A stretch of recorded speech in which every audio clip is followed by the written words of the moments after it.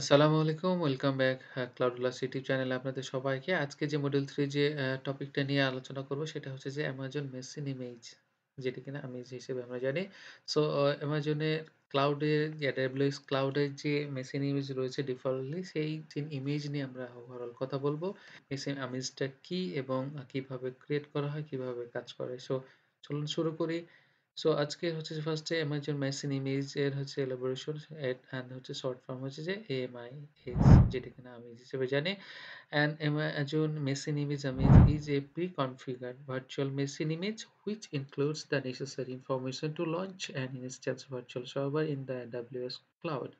So আপনার হচ্ছে AWS এর ক্লাউড এর যে লঞ্চ করা হয় EC2 ইনস্ট্যান্স, সেইটা কিনা হচ্ছে pre-configured virtual machine image which include necessary information. So আপনার necessary information pre-configured করা থাকে এই ভার্চুয়াল মেশিনের মধ্যে, যেটা এখানে ভার্চুয়াল মেশিন বা আমিজ যেটা কিনা সেই ইমেজের মধ্যে প্রি-কনফিগার করা থাকে। অ্যান্ড দেন হচ্ছে যে it serve as a blueprint for creating new instance encapsulate the root file system, application server, and any additional software or configuration. So এই যে ব্লুপ্রিন্ট সার্ভারে যে ব্লুপ্রিন্টটা থাকে সেই ব্লুপ্রিন্টের মধ্যে আপনার হচ্ছে যে ওএস থাকে অ্যান্ড দেন হচ্ছে অ্যাপ্লিকেশন সার্ভার থাকে অ্যান্ড অ্যাডিশনাল যে সফটওয়্যার বা কনফিগারেশন থাকে। সো সব জিনিসগুলো হচ্ছে যে আপনার এনক্যাপসুলেট করা থাকে এই সার্ভারের ক্ষেত্রে এবং এই আমিজের মধ্যে।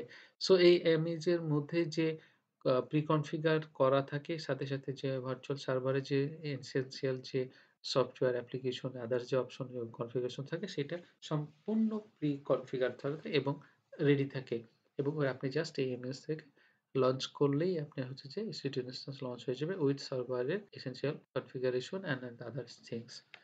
সো এই হচ্ছে যে Amazon machine image.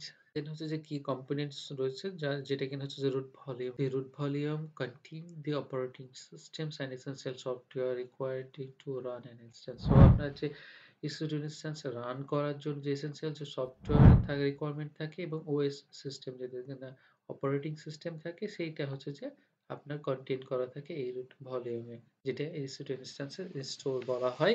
And then হচ্ছে যে ব্লক ডিভাইস ম্যাপিং করা থাকে, সেক্ষেত্রে হচ্ছে defines the volume CBS or instance store to attach to the instance when it launches. So আপনার যে ম্যাপিং করা থাকে যেটা কিনা আপনার হচ্ছে লঞ্চের সময় লঞ্চ করার পরে বা লঞ্চ করার সময় আপনার যে অ্যাটাচ থাকে। So attach to the instance when it launch, so আপনার লঞ্চ করার পরে সেই স্টোর বা ইলাস্টিক ব্লক স্টোরটা ম্যাপিং এর মাধ্যমে অ্যাটাচ করা হয়ে থাকে। অ্যান্ড দেন হচ্ছে যে দেখে permission image can be public আর প্রাইভেট। সো এটা পাবলিকও হয় এবং প্রাইভেটও হয়। সো পাবলিকের ক্ষেত্রে কি হয়? Public image are available for anyone to use. So আপনার পাবলিকলি যেটা হয় সেটা এনিওয়ান এর জন্য ইউজ করতে পারে। And then while a private image are restricted to the specific AWS account. So প্রাইভেটটা হচ্ছে যে সম্পূর্ণ স্পেসিফিক অ্যাকাউন্টের ক্ষেত্রেই রেজিস্টার করতে বা রেস্ট্রিক্টেড করা থাকে স্পেসিফিকলি। সো দেন হচ্ছে যে আমরা যদি দেখি যে টাইপস অফ আমিজ, সো আমিজের টাইপ কয়টা রয়েছে, যেটা কিনা ফার্স্টে যেটা EBS-Backed আমিজ, যেটা কিনা আমরা এর আগের যে ভিডিওতে আমরা দেখেছি। সো এখানে ব্যাক আমিজ বলতে আমরা জানি যে the root device is an Amazon Elastic Block Store Volume, যেটা কিনা রুট ভলিউম থাকে, EBS ভলিউম থাকে, সেই ভলিউমটাকে হচ্ছে যে ব্যাক আমিজের মাধ্যমে তো যেটা ক্রিয়েট করা হয় সেটা একটা টাইপ। And then হচ্ছে যে changes made to the instance file system are stored on the EBS volume. So EBS volume আমরা জানি যে স্টোর করা যায় এবং হচ্ছে যে instance to back আমিজ যেটা রয়েছে, যেটা যে root device is an instance store volume which is temporary storage on the host machine. So আমরা জানি যে EC2 instance যে স্টোর রয়েছে সেটা এখানে আপনার হচ্ছে যে টেম্পোরারি স্টোরেজ। সো এখানে হচ্ছে যে রুট ভলিউমের সাথে যেটা ইনস্ট্যান্স স্টোর ভলিউম হিসেবে কাজ করে, যেটা কিনা একবার টেম্পোরারি স্টোরেজ এবং এটাই কিন্তু মেশিনে হোস্ট করে। সো ইনস্ট্যান্স টু ব্যাক আমিজে এটা হচ্ছে যে একটা আমিজ যেটা কিনা শুধুমাত্র রুট ইমেজ মানে রুট স্টোরেজের ক্ষেত্রে যে কনফিগারেশন গুলা যেটা কিনা স্টোর থাকে কন্টেন্ট থাকে। এটা হতো ২ টা টাইপ, যেটা এবিএস এর মাধ্যমে একটা ব্যাক আমিজ নেওয়া হয় অ্যান্ড হচ্ছে যেটা ইনস্ট্যান্স স্টোরেজ যে ভলিউমের ক্ষেত্রে কনফিগারেশন গুলো কন্টেইন করে থাকে সেটা মাধ্যমে যে ইমেজটা ক্রিয়েট করে সেটা। এই হচ্ছে ২ টা টাইপ। অ্যান্ড দেন হচ্ছে যে ইমেজ অ্যান্ড স্ন্যাপশট এর ২ টা যে রিলেশনশিপ, যেটা হচ্ছে creating custom image.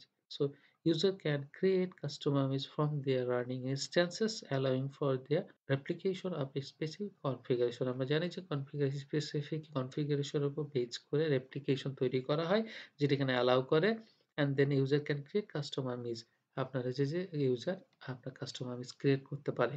And then হচ্ছে যে snapshot for EBS back image. So snapshot থেকে আপনার যে ইবিএস যে ব্যাক ইমেজটা ক্রিয়েট করা হয় সেটা হচ্ছে যে এইটা, যেটা কিন্তু for EBS back image user can create স্ন্যাপশটস of EBS volumes providing data durability and allowing for recovery. So EBS back ইমেজটা যেটা ক্রিয়েট করা হয় স্ন্যাপশট থেকে, যেটা কিনা হচ্ছে ডাটা ডিউরেবিলিটি এবং হচ্ছে যে রিকভারির ক্ষেত্রে ইউজ করা হয় এই আমেজটা।